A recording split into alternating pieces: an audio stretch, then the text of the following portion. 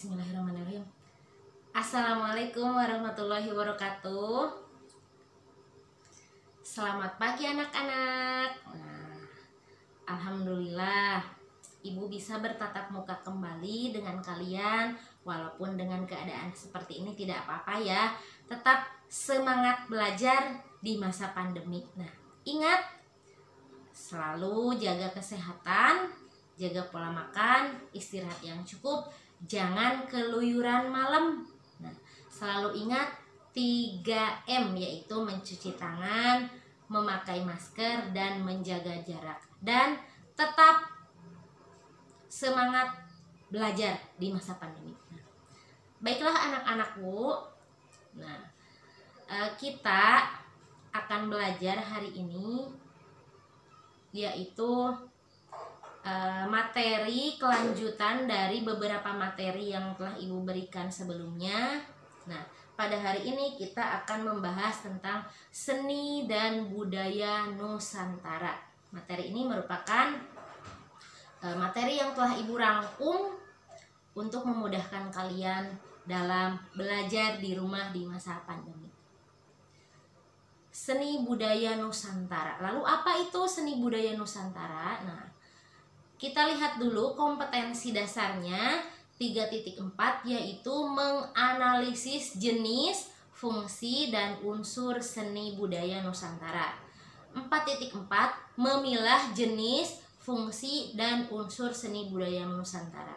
Memangnya seni dan budaya Nusantara ada berapa jenis?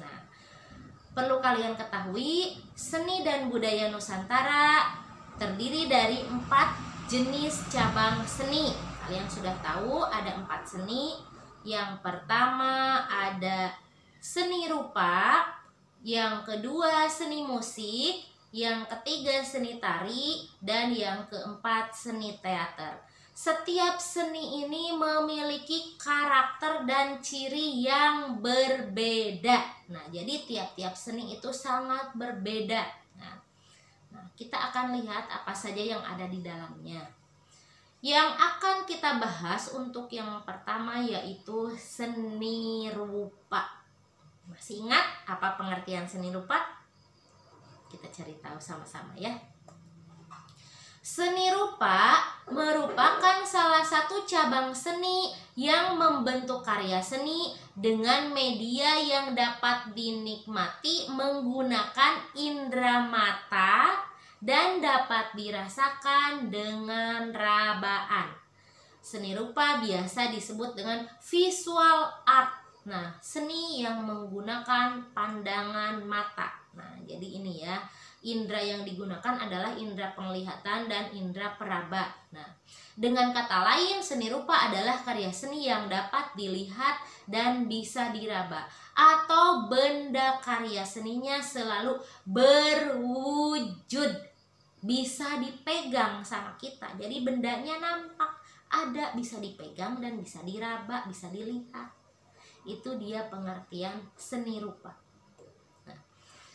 Ini dia proses seni rupa itu ada 3 tahapan. Pertama proses melihat, proses menikmati ya. Apa yang dinikmati? Karya seni. Setelah dilihat dan dinikmati, lalu apa yang timbul? Kepuasan batin, kepuasan yang kalian dapatkan. Contohnya, kalian Ibu beri tugas menggambar. Bukan menggambar, kemarin Ibu memberi tugas membuat karya seni cukil. Kalian membuat ya. Kemudian karya tersebut sama kalian dilihat, wah ternyata bagus juga ya karya saya. Apa yang dilihat? Karya seni, seni grafis. Kemudian kamu merasakan kepuasan tersendiri di dalam batin kamu. Oh, walaupun gambarnya acak-acakan, tapi lumayanlah bagus. Itu dia proses penikmatan karya seni rupa. Paham ya? Lanjut, next. Jenis-jenis seni rupa ada 2 macam. Yang pertama seni rupa berdasarkan dimensinya atau ukurannya. Dan yang kedua seni rupa berdasarkan fungsinya atau kegunaannya.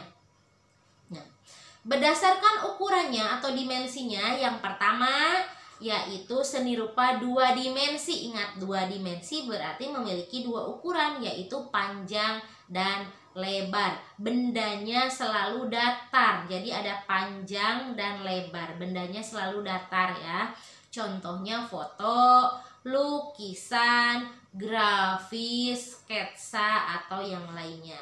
Sedangkan 3 dimensi yaitu karya seni rupa yang memiliki 3 ukuran, yakni panjang, lebar, dan tinggi atau ketebalan. Nah, jadi bendanya selalu timbul 3 dimensi. Contohnya kerajinan tangan, patung, relief, apalagi? Ya, masih banyak. Kira-kira menurut kalian di dunia ini karya seni banyak yang 2 dimensi atau 3 dimensi? Ayo berpikir. Ya, betul. Di dunia ini lebih banyak karya seni rupa 3 dimensi. Karena karya seni 3 dimensi banyak dipakai untuk memenuhi kebutuhan hidup atau kebutuhan praktis. Next. Nah, bisa kita lihat ini adalah contoh lukisan. Nah, mungkin kalian pernah lihat lukisan ini di mana? Ini adalah lukisan, ini adalah gambar yang pertama ya, yang berwarna. Ini adalah lukisan Danau Beratan Bedugul yang ada di Bali. Sudah ada yang pernah ke sana?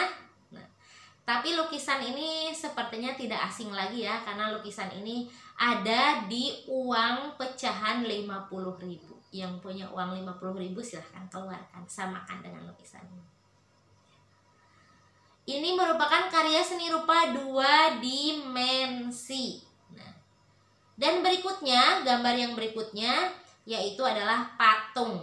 Nah, patung ini sejarahnya dulu waktu ibu kuliah, ibu disuruh membuat patung oleh dosen untuk memenuhi tugas karya seni patung ya.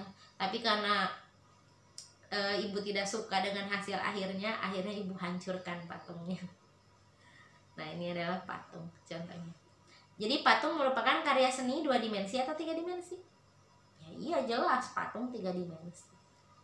Nah, lalu berdasarkan fungsinya atau kegunaannya, karya seni rupa dibagi menjadi 2 macam. Yang pertama seni murni dan yang kedua seni terapan. Seni murni merupakan karya seni yang hanya dibuat untuk kepentingan estetika atau kepentingan keindahan saja. Jadi seniman mencurahkan perasaannya melalui karya tersebut tanpa embel-embel untuk kepentingan apa karya ini dibuat. Jadi murni, real, untuk kepuasan seniman saja. Nah, karya seni murni biasanya hanya untuk menjadi hiasan atau pajangan saja. Tidak digunakan untuk apapun selain untuk hiasan.